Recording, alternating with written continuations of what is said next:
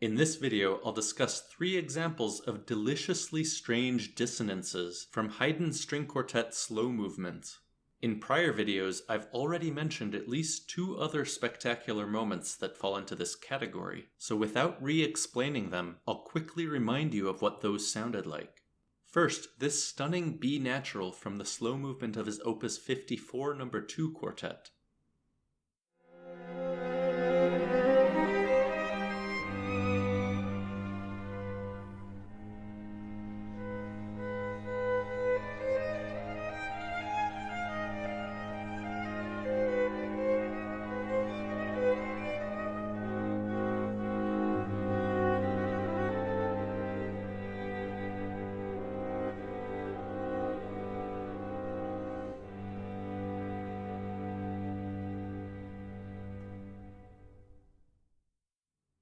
And then, this equally striking A natural from the tonally meandering slow movement of his Opus 76 No. 6 quartet.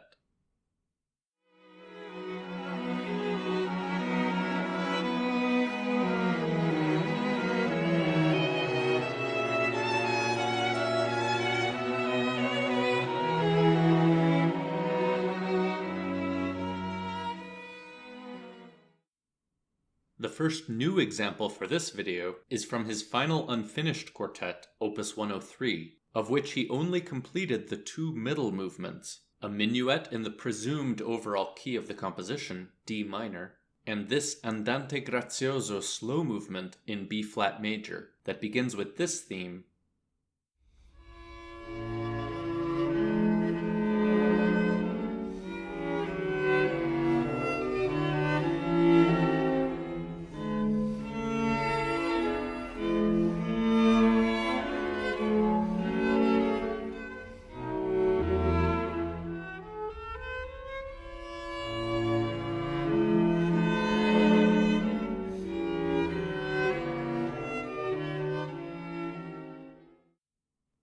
The second ending begins with the viola playing this descending figure that becomes a gorgeous moment of imitative counterpoint, the last entry of which lands on this long dominant pedal point in the cello, over which we hear the dissonance of interest that I'll explain more after you listen to it for the first time.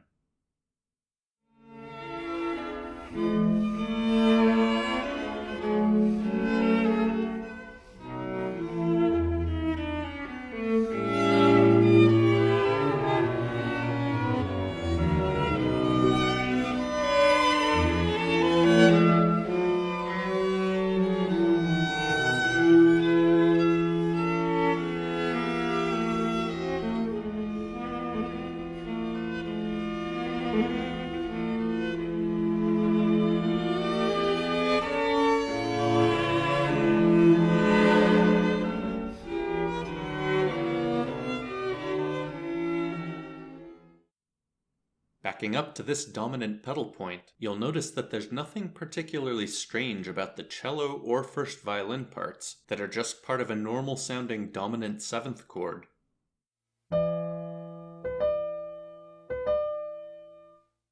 And that some of the viola notes are also part of this chord.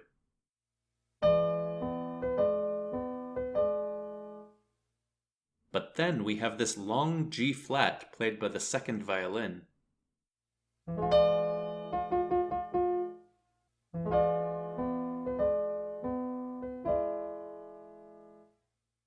This alone is still a very common dissonance in music from this era. But this dissonant minor 9th between the cello and 2nd violin lingers so much longer than expected, for 2 entire bars before finally resolving.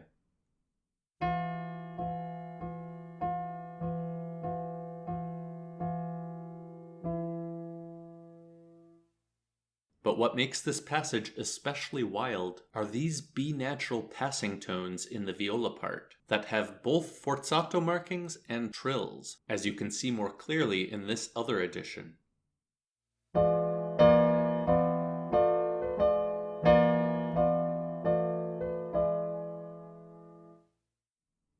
Even though these forzato markings suggest that Haydn really wanted to emphasize this wild sonority, I have yet to hear a performance in which the violist adequately accentuates these trills. Before going on, listen to this moment one more time, and this time I'll let the music play to the end of this second repeat, so you can experience the breathtaking sudden key change to the flat 6, G flat major, to begin the middle section of this movement. Besides the complete lack of a modulation, what makes the entrance of this new theme in the new key even more surprising are the sudden pianissimo dynamic and the initial lack of harmony when the theme enters in all 4 instruments in 4 different octaves.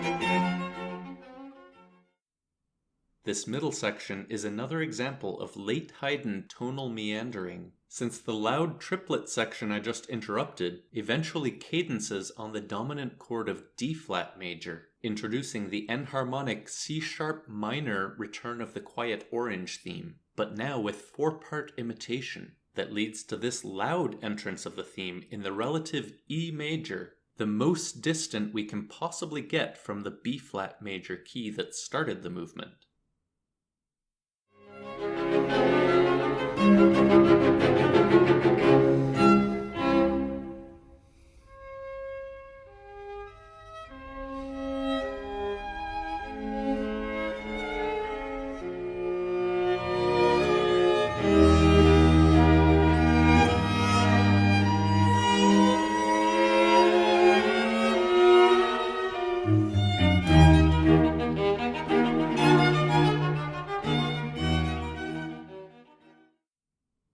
The loud triplets eventually modulate to these final bars in G minor, ending with the dominant chord of that key, D major.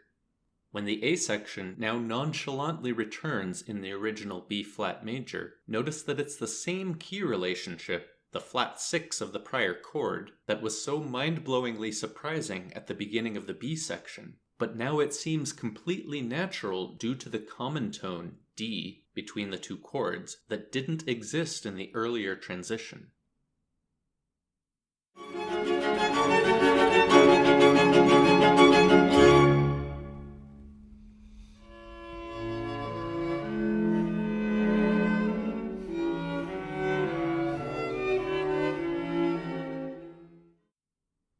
Let's move on to the second example from the Opus 64 No. 3 Quartet in B flat major. Its slow movement is in E flat major and begins with this theme shared between the two violins.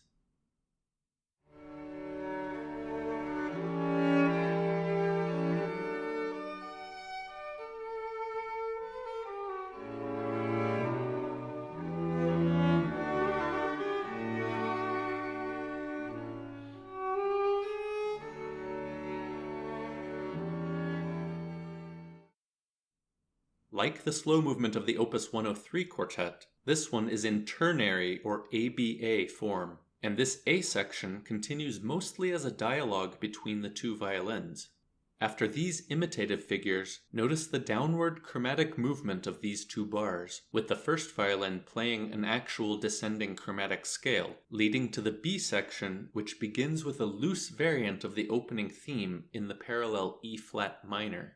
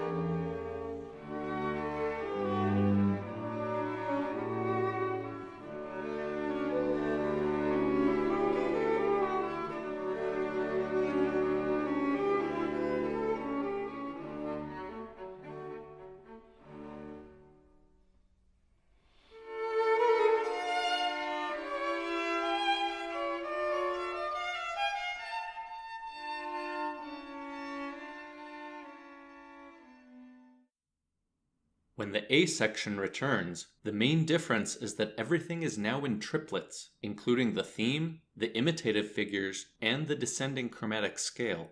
But now, a suddenly mysterious coda section begins, with the viola and second violin continuing the triplet accompaniment, but now as an unsettling diminished seventh chord, with the first violin entering on an F, the final note of that chord,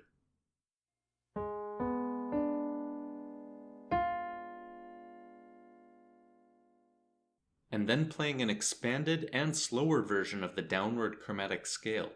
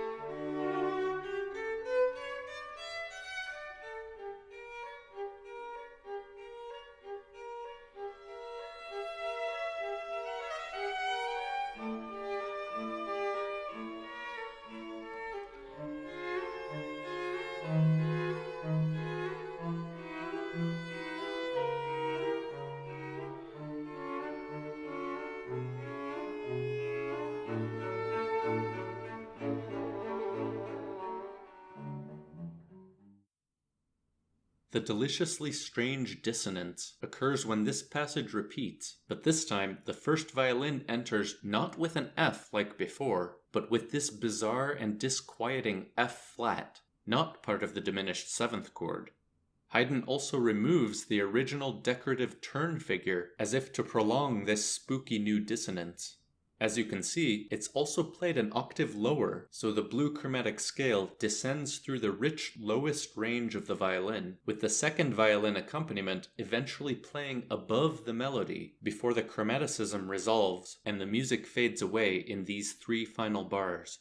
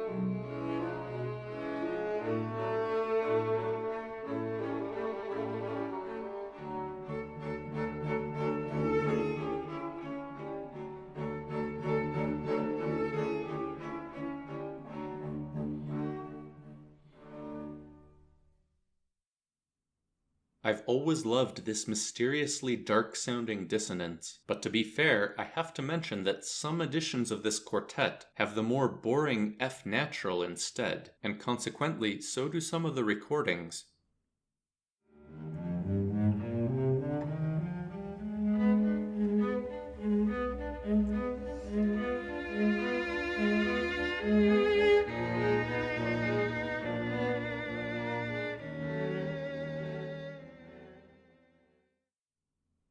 This is a common problem with Haydn's music in particular, since many of his original manuscripts have been lost, and in one of my nerdy listening notebooks from when I was younger, I made a whole list of discrepancies I'd noticed between different recordings of the symphonies and quartets.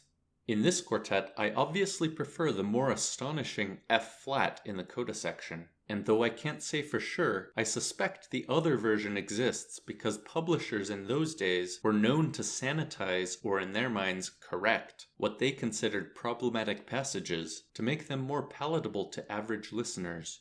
Another example of this kind of desecration is the striking descending chromatic scale that opens the spectacular fugal finale from Mozart's K593 string quintet.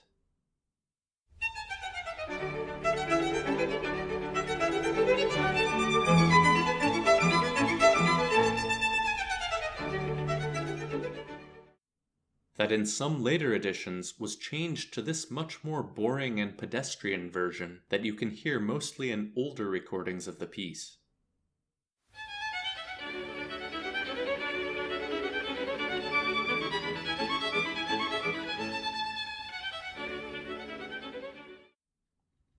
Back to Haydn, let's move on to the final example from the Opus 50 No. 4 quartet in F-sharp minor. Its slow movement is in the relative A major and begins with this theme.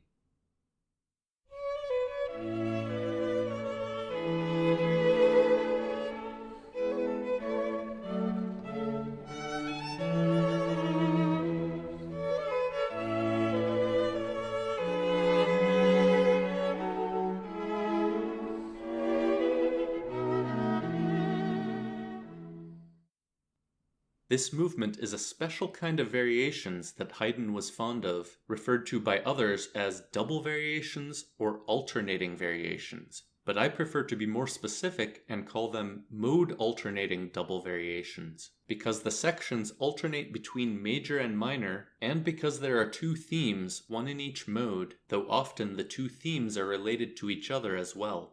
Before we talk about this movement, if in the future you'd like to study more examples of this special form in Haydn's music, he used it these 3 other times in his string quartets, and perhaps most famously in one of his most important keyboard masterpieces, the F minor variations. Back to Opus 50 No. 4, this movement has 5 sections that alternate both mode and dynamics, starting with the quiet opening theme in A major that we just heard, then a contrasting loud second theme in the parallel A minor, then back to A major with a variation of the first theme, then back to A minor with a variation of the loud second theme, and finally back to A major with a second variation of the first theme. For this video, let's concentrate on this final minor variation, since it has one of the most deliciously strange dissonances in Haydn's entire output, and a bonus runner-up dissonance in the very next bar. Notice that the moving parts cycle through each instrument, and that several of the downbeats have a dissonant note, in each case effectively a suspension that resolves sometime after that downbeat. I'm using a recording by the Tokyo Quartet, not my usual go-to group for Haydn, because they seem to understand that these dissonances are important and should be emphasized on each downbeat. Now listen to this first repeat, and I'll start with the end of the prior variation so you can hear the contrast between restful major and ferocious minor.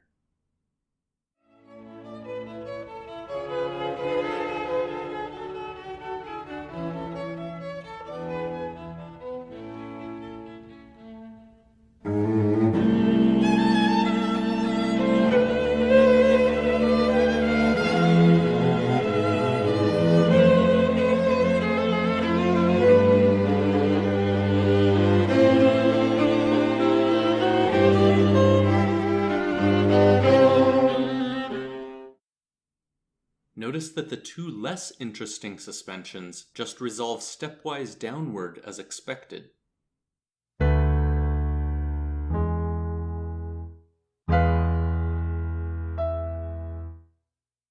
And that the 2 deliciously strange dissonances would be far less striking if they were also just simplified suspensions resolving stepwise downward.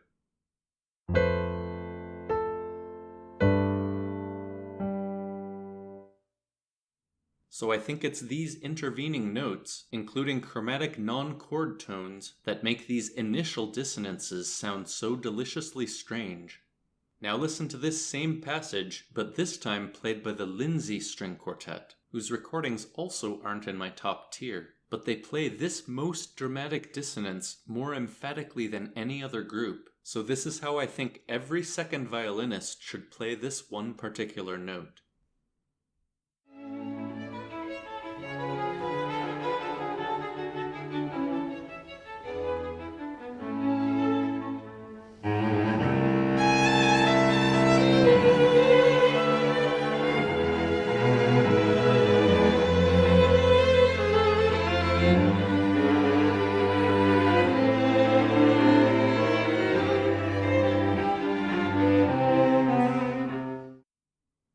Unfortunately, this amazing dissonance also seems to have been the victim of meddling editors, since in some other editions, this B has been changed to the much more boring A that's just part of the F major chord everyone else is playing.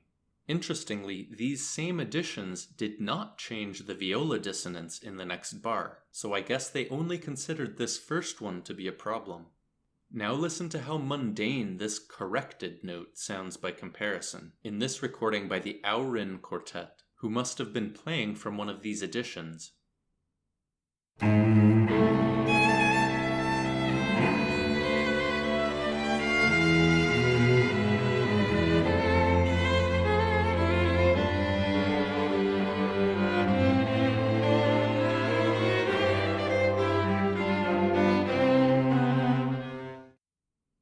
Now, to end this video, let's return to the Tokyo Quartet's performance and listen to this entire astonishing variation.